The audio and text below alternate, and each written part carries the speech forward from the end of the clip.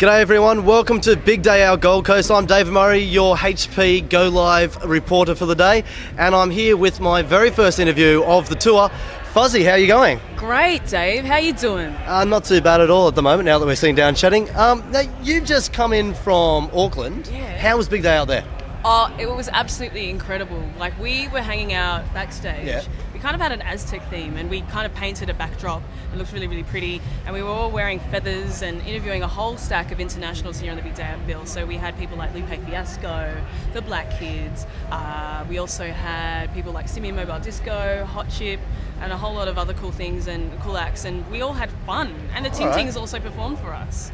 Just for you guys, or? Yeah, we had like this Gibson Fender guitar, and they just were just playing away, and they gave us like a remix of like Old MacDonald with That's Not My Name, and we sang along with them.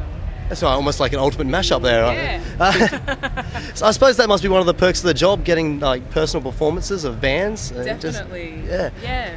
Now, was there a highlight, I suppose, of bands you actually saw in Auckland? Well, the thing is, because we have to do so much reporting backstage, and you're going to have to experience this as well, you'll be interviewing bands backstage, but you won't get much of a chance to see some of the action, that's actually happening around us. But so in Auckland, the only band that we kind of only got to see was a bit of the Black Kids, and then later on we saw the crowd for Pendulum, which was absolutely crazy.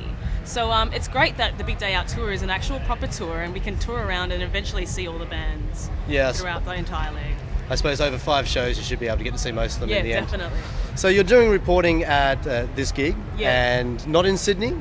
No, we won't be reporting in Sydney, so I'll have a lot of time for you and to hang out with you and to give you any pointers that you need. So that's great, because that's what I really want to talk to you about. I'm very new at this whole reporting thing. I've done some bands before, but cool. My very first one today is Sneaky Sound System, which I'm interviewing a bit later. Oh. Very excited about, but hey, what should I be doing? Because I'm feeling a little bit out of my depth at the moment. Really?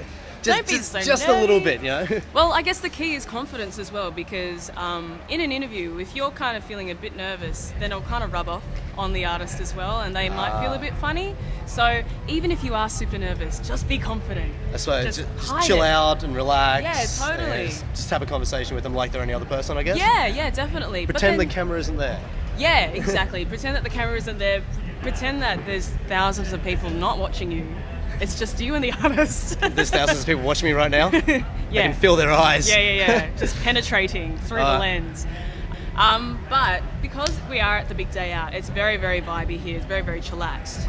Yeah. So pretty much all acts will be cool to interview, so it should be fine. I'm definitely looking forward to interviewing Sneaky Sound System as well. So I think that they've probably had the experience might give me a little bit back as well. Yeah, totally. And the fact that they've been around for a long time. The thing is as well, like when you get them in a good mood, they start to talk over one another. And that's the only thing that I will mention, is that they start to talk over one another. So, I mean, listen out for anything good, but just let them talk. Now, they're crazy.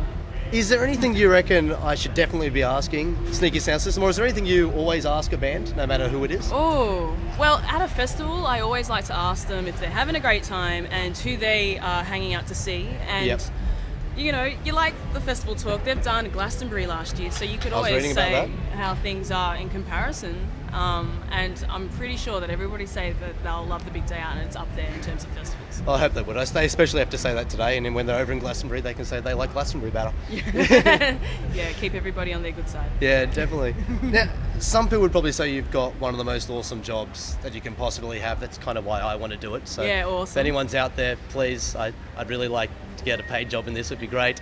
But you didn't really start off did you start off aiming to become a television presenter? Well, that was definitely one of my goals. I also wanted to be a TV producer as well. Okay. So when I was studying media, I studied 2 different media degrees, one at RMIT and one at Melbourne University. So I did a lot of work experience behind the scenes, because really in TV production and presenting, the presenters should really know how the production works and work with the team, because you'll notice in a lot of music television that your core unit that travels with you would be quite small. So it's good to appreciate the things on the other side of the camera as well as in front of the camera. I suppose it helps you be able to know what to do better if you know what they're going through, and what they're looking for. Yeah, what the editor's looking for, what the producers want to get out of the interviews as well. Yeah. So I did plenty of work experience.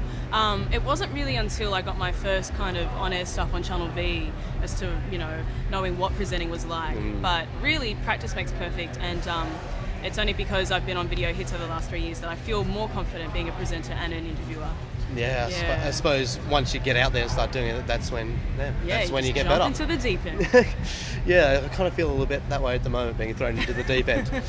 Now, you also studied environmental science as well, is that right? Yeah, geography. I got a geography major at Melbourne University, and I also did a year of that at Sydney Uni. I loved it. So did you want to maybe present on shows like Totally Wild and all that at some stage? Well, see, Totally Wild do stuff with animals, and my love for geography kind of relates to people and natural causes and natural environment and natural disasters. So, natural disasters? Yeah. Tsunamis, earthquakes, you name it, baby. Oh, all right then. Yeah, drought. But in terms of like Totally Wild, I'm actually allergic to a lot of different kinds of animals, so I don't think it would fly too well. So you're sitting there doing a story on your little pet dog, it's got a broken leg, you're sitting there cuddling it, next minute you start sneezing, probably not very good for the story. No, it needs to be a hypoallergenic dog. So I'd be quite restricted that way to do something like Totally Wild. Yeah, maybe they could start genetically breeding hypoallergenic dogs, who knows? Yeah. I suppose, just before we wrap up, is there anything that I should definitely be doing to make my big day out experience as a reporter complete? All right. Plenty of research, which I'm pretty sure you've done for Sneaky, yeah? Yes, I was up very late last night and every night this week doing all my research I can. Fantastic. Yep. Okay, so that's good. That's point number one. Point number two is have a great time and be confident. Yes, Yeah. be a great time. Was that 2 points? 1 point? Oh, you can kind of measure it into one. Great time and be confident. Great time, be that kind of confident. goes hand in hand. Third would have to be don't screw up. No. I hope I don't. And there's the beauty of editing. So if you screw up, you can tell the people behind the camera, please don't put that to air. Please don't put that on the web. Well, the very good thing about this is I'll probably be doing the editing myself, so I can censor out all the things that I mess up along the way. It's going to be great. And maybe just get some gossip, some word on the street. If you can find a tour manager or get into some conversations with people backstage, like here in the artist compound where people are eating, then you might get an inside scoop on something. Do you have any inside scoops on anything? So who are we chatting to? Sneaky Sound System. I mean, well, I don't have any gossip for Sneaky Sound System. Get them to sing. Get them to sing for me? Yeah. I'll try and do that. Maybe I'll see if I can find a guitar or something, see if they can play me a song. Yeah, I don't know if any of them play guitar, but hey. Oh, keyboards? Yeah. DJ desk? Yeah. Maybe one can beatbox. I think Angus would like to beatbox. And can he beatbox? Well, he likes to MC, so he'll give it a whirl. They're crazy cats. You'll love it. They seem like a lot of fun. As are you. Thank you very much for talking to me, Fuzzy. Thank you so much. Enjoy the rest of your big day out. Cheers, man. I'll speak to you all later. Peace.